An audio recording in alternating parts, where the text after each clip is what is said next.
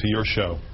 If you don't understand that the bank's incentive is to lend as much money as possible without any repercussions, because the only way they make money is with lots of lending or gambling, effectively, and everybody else's incentive is to try not to get screwed, and yet the Congress is feeding the money to those who have a directly adverse incentive. They make money by screwing over pensioners and borrowers, and our Congress is making that more possible, not less possible.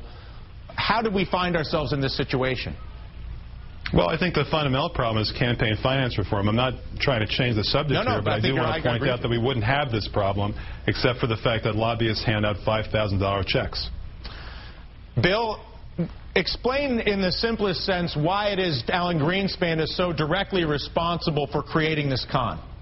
Well, first of all, let me say, Dylan, yours was one of the most succinct explanations of the problem that I've heard, so that was quite a good send-up that you did.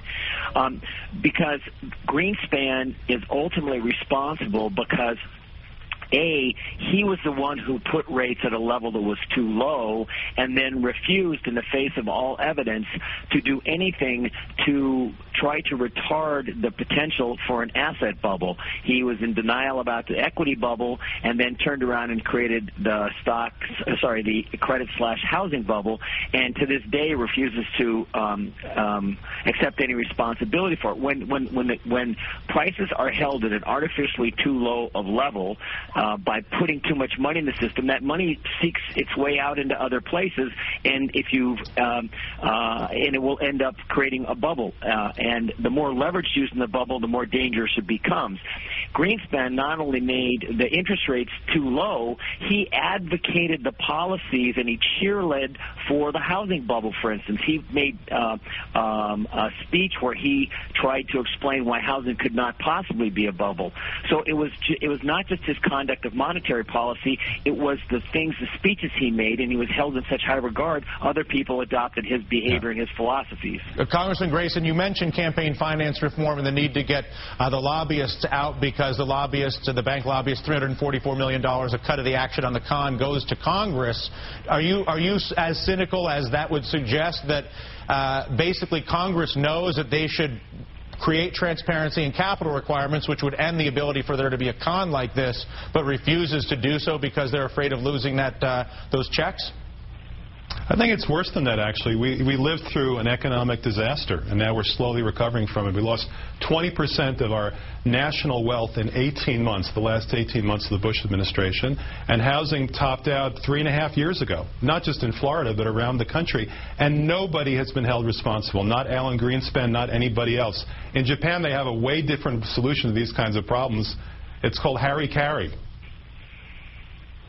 I think what confuses people at this point, Congressman, and having been talking about this incessantly for a few years now, most people, if you look at the polling, understand at least enough of this to know that Congress works for the banks, not for the American people, and yet Congress still seems phenomenally willing to drag its feet in addressing this. Harry-Carry may be interesting or nice. We're probably not going to see it. We live in a democracy where we're told we elect people who look out for our interests, and yet the same people are creating laws that allow this group to con the American people out of the largest transfer of wealth in the history of the world with no consequences. Are you suggesting special interests have so much control that our government literally is willing to facilitate that level of wealth transfer with no consequences?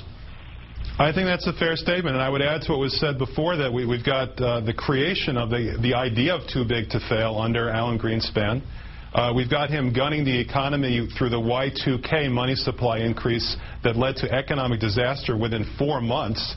He made mistake after mistake after mistake, and what we never hear from any of these people is, I'm sorry. We don't even hear that. And I think it's because the system is enslaved.